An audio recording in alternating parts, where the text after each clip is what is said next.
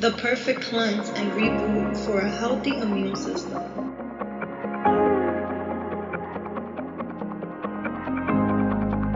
100% natural.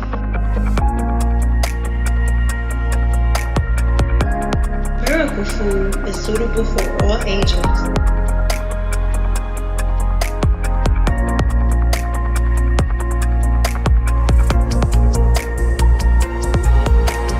Today, obviously, Dallas Cowboys lost, and he is one of the biggest cowboy, I won't call them haters, but trolls. Yeah, I mean, out here in the game. So he took it upon himself to come back today. But honestly speaking, it's after battling a serious battle with COVID-19. Now, he talked about him almost dying, even though he is fully vaccinated and dealing with it as a 15-year-old commentator, one of the best in the game, no matter what about it, whoever has an opinion about it or whatever. But we're going to get to the quick excerpt of what he had to say about his battle with COVID, and then we'll talk about it. Excuse me, obligated just to talk to the audience real quick about what the last month has been like. Both of you had COVID, so thank God y'all are both here with me and feeling great and what have you. For me personally, it hit me differently. Right before New Year's Eve, I was told, because in mid-December, around December 16th or 17th or so, I was alerted that I had COVID.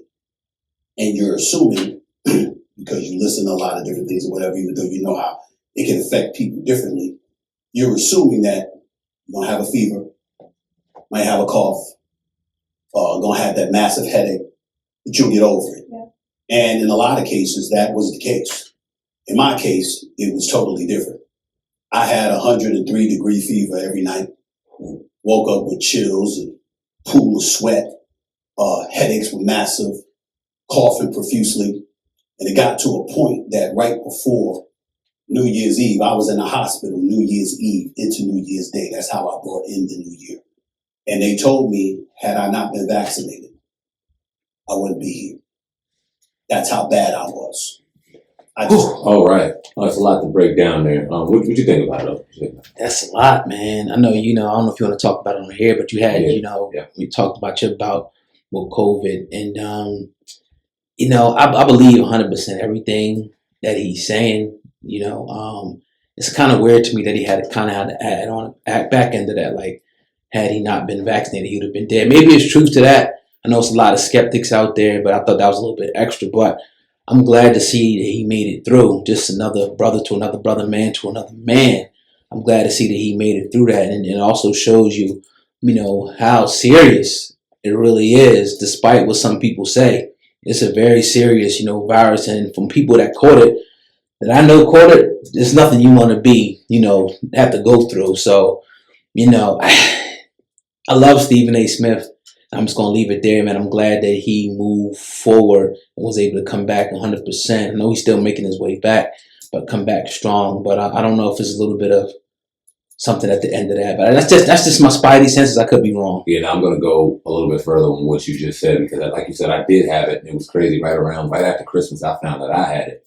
And I'm a healthy dude. You know what I mean? For people who watch the show and really watch the show, they know I'm vegan. Mm-hmm. I stay close to my diet from the morning to the night. I'm tight with my stuff, so I take pride in that. So it shocked me that it hit me. And it hit me because it came through my wife and her job and things like that. And shocking, and to feel like you actually have it, it's like, whoa, it hits you different. Because we've heard all this shit for the last 2 years. Yeah. That, so to know you got it's different. It hits you different. And luckily, thank God, I did have chills. I did go through some little headaches, never had a fever. I had to take Tylenol one time throughout my bout. I did lose my smell. I still don't have my smell to this day. Like I said, I got it the day after Christmas, and we're damn near through January. I still can't smell, but we've grinded and I feel great. To talk about Stephen A., like you said, I agree. I 100% can agree with everything he said and believe in what he said, that he almost died. The one thing that it bothers me is he didn't say, even though I had the vaccine, I still almost died. That you said because of, which could very well be true, but you still had to go to the hospital even though you were. Now, I'll come out and say I am not. And thank God, like I said, I had the minimal symptoms that I dealt with and I got over it okay, because people aren't. And I'm not sitting here just advocating one or the other. But it's real. I'll just put it like that. It's real, and thank God, like you said, Stephen A. is cool. He's back to doing what he has to do, and most importantly, no matter what we agree and disagree with, he's all right. Yeah, and I think to me, it's got to either be like it's truth to the whole vaccine thing, or somebody's trying to put a wool over our eyes to get the vaccine. Like it's either one of those things, obviously. But to talk a little bit more on the whole thing, I think that a lot of times it comes down with certain people too. Like if you got pre-existing conditions. And sometimes it don't. It's one of those things where it's like it's a gamble. But best practices, not only what they tell you, always try to eat healthy. It's like preventative maintenance, like your car. You don't want to just keep running the car on bad oil. You want to keep changing your oil, doing all the things. Just in case something did come up, maybe you got a better chance of possibly surviving. If you did get this thing, and then I think it needs to be more of a education on that. But obviously wearing the mask, not going out if you're sick, sanitizer, all that stuff, all best practices, I think is good, for the situation. I think the jury's still out, on the whole the vaccine thing. You hear both sides. You hear people who say they ain't got it, they got the virus and overcame. You got people saying they got the vaccine, they didn't go in the hospital.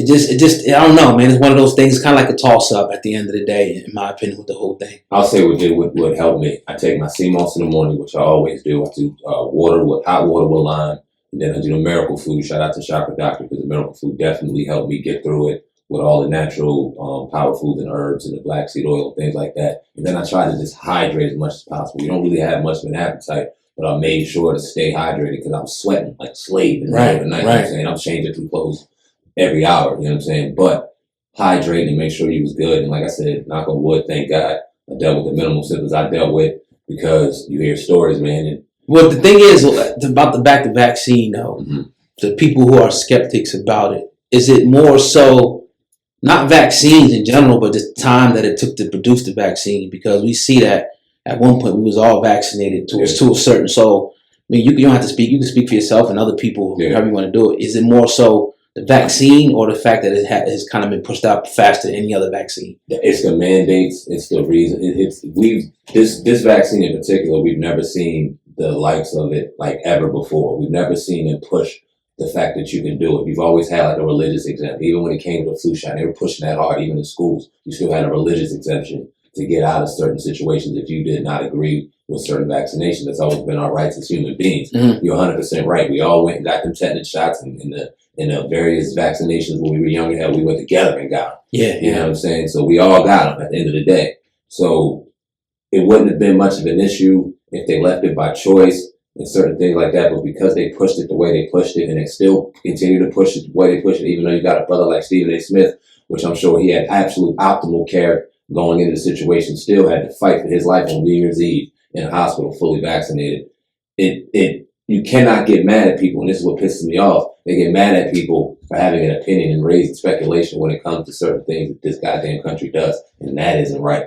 Yeah, that's the problem. That's not right. It's like it's the history of shady stuff in the medical industry. So I never have a problem with anybody feeling a certain way about that. It's definitely your choice. Yeah, with that situation, definitely. I mean, whether you want to look at the science, what they call science, or just go off what you want to go off of, it's your choice at the end of the day. And I think it should be kept that. I don't think nobody should be forced to do it if they don't want to. I'll put the end of this too, in my opinion, on everything. I am wearing my mask a lot more. I don't know if the shit's helping or not, but mentally for me, I don't want to be around all the fucking germs no more. Like, for real, definitely having it and all that shit. I get amongst my circle and I'm chilling, but if I'm at the store or something, I'm masking up with the N95 joint. Like, I ain't nah, I'm cool with all that. So all right. Just move it off this subject in a second, man.